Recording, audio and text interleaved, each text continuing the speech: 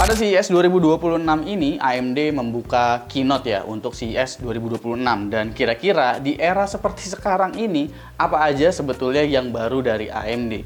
Jawabannya hampir gak ada yang baru sama sekali.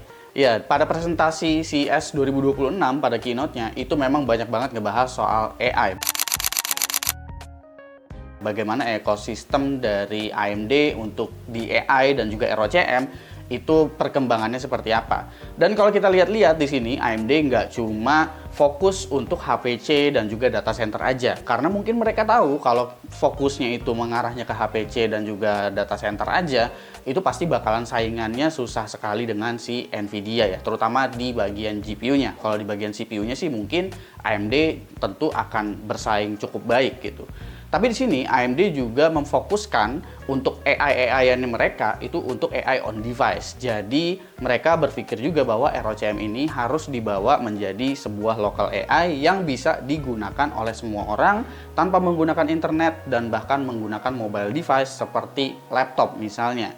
Tapi kalau kita ngomongin apa aja prosesor baru yang diluncurkan pada CES 2026 ini, sebetulnya ada yang baru dari AMD, tapi nggak bisa dibilang baru-baru banget. Nah, kalau kita bicaranya AI, sebetulnya mungkin ini akan jadi topik yang membosankan karena semuanya bakalan jadi buzzword juga nih untuk AI dari tahun kemarin hingga sekarang. Tapi ada satu AI lokal yang diperkenalkan pada CES 2026 lewat keynote-nya AMD ini, yaitu adalah mengenai semacam kayak LLM, tapi ini adalah LLM lokal yang bisa ngebantu kalian untuk menjadi finance manager kalian gitu. Jadi ini bisa ngebantu solusi untuk menganalisa keuangan kalian. Dan untuk menganalisa keuangan ini memang lebih baik dijalankan secara lokal ketimbang lewat cloud ya. Ini namanya adalah Literate.ai. Jadi ini ada softwarenya dan bisa jalan on device alias nggak memerlukan internet sama sekali. Dan ini bisa dijalankan oleh AMD Ryzen AI processor yang berarti mungkin LLM-nya ini bekerja melalui GPU-nya AMD ataupun melalui NPU-nya AMD atau si XDNA. Kenapa gue bilang AMD juga fokus mengenai AI on device ini? Karena pada presentasinya itu juga banyak yang nunjukin kalau AMD Ryzen AI processor itu udah bisa menjalankan berbagai macam kebutuhan AI dan juga generative AI gitu. Seperti generative image yang zaman itu cuma bisa jalanin Stable Diffusion 1.5, tapi sekarang udah bisa jalanin Flux misalnya gitu ya, dan juga generative image lainnya. Bahkan untuk menjalankan generate video aja itu juga udah bisa ya. Tapi ini menggunakan Ryzen AI Max Plus prosesor yang mana itu prosesor memang kencang sekali, baik itu GPU-nya bahkan VRAM-nya sangat-sangat gede ya. Karena kita bisa set sangat-sangat besar di situ. Tapi ya harga device-nya juga sangat-sangat tinggi. AMD di sini memperkenalkan line up prosesor baru yaitu AMD Ryzen AI 400 series. Kalau kemarin kita udah ngeliat yang 300 series, sekarang ada yang 400 series. Apakah ini menggunakan arsitektur baru? Jawabannya tidak sama sekali ya. Karena arsitekturnya masih sama-sama menggunakan arsitektur Zen 5. Lalu jumlah core dan thread juga maksimumnya itu masih sama di 12 core 24 thread, dan untuk compute unit ya di iGPU itu masih sama-sama di 16 compute unit. Apakah iGPU-nya berubah arsitektur menjadi RDNA 4 gitu sehingga iGPU-nya bisa menggunakan FSR 4? Jawabannya enggak juga. Jadi apa yang membedakan antara Ryzen AI 300 series dan juga Ryzen AI 400 series? Yang membedakan itu adalah di bagian clock speed-nya dan juga di bagian NPU-nya. Nah, clock speed-nya naik ya sekitar mungkin 200 sampai dengan 400 MHz gitu. Lalu untuk NPU-nya naik karena sebelumnya itu kan paling tinggi sekitar 50 TOPS dan sekarang paling tinggi itu di sekitar 60 TOPS. Seri paling tingginya ialah AMD Ryzen AI 9 HX 475 yang punya 12 core 24 thread, clock maksimumnya di 5,2 GHz. Dan NPU-nya di 60 TOPS. Lalu di bawahnya itu ada HX 470 yang sama-sama punya 12 core 24 thread, tapi NPU-nya itu ada di 55 TOPS. Jadi itu kedua prosesor cuma beda di NPU-nya aja. Lalu bagian bawah-bawahnya ada yang 10 core 20 thread yaitu seri 465.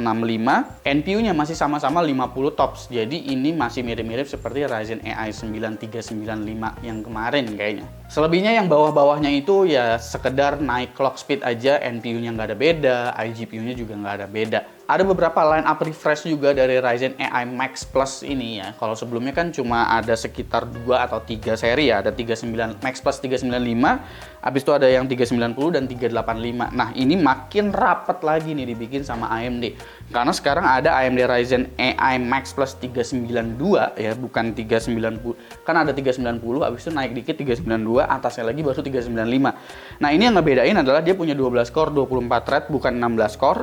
Lalu punya 40 compute unit untuk GPU-nya. Jadi ini untuk GPU-nya udah sama kayak versi paling atasnya si 395, tapi jumlah CPU-nya lebih sedikit. Lalu untuk NPU-nya juga disediain ya, sama-sama di 50 TOPS gitu. Karena udah ada GPU-nya yang kenceng, jadi NPU-nya nggak dikasih yang 60 TOPS. Lalu yang di bawahnya itu ada yang 8 core, 16 thread, tapi dia punya GPU totalnya itu adalah 40 compute unit seperti versi yang atas-atasnya. Jadi seri Max Plus 388 dan juga seri Max 390 itu justru lebih tinggi yang 388 untuk GPU-nya.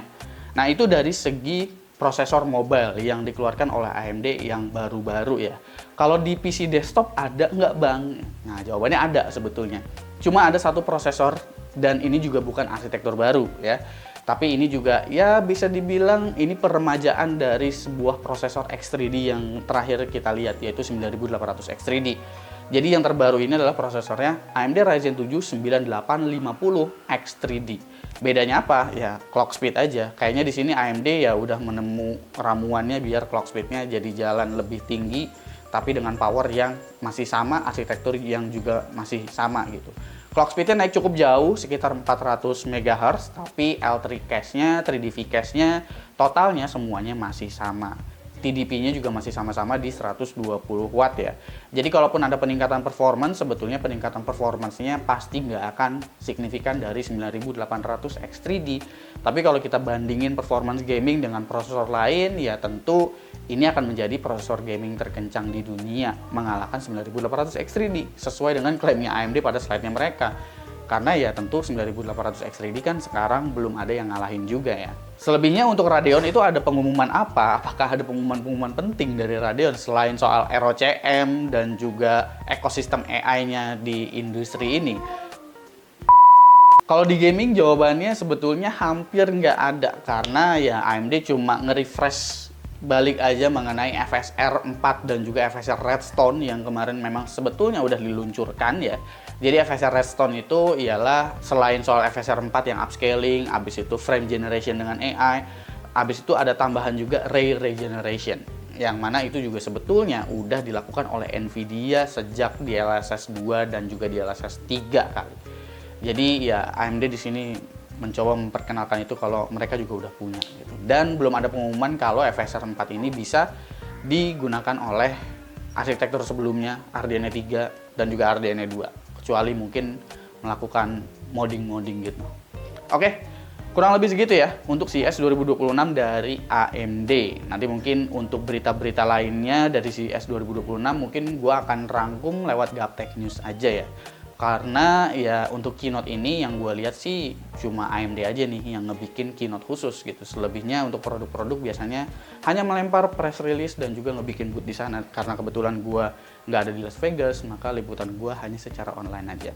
Kira-kira menurut kalian gimana yang diluncurkan oleh AMD? Silahkan komen di bawah dan kasih pendapat kalian masing-masing. Jangan lupa subscribe Gosupki dan seperti biasa sampai jumpa di lain kesempatan.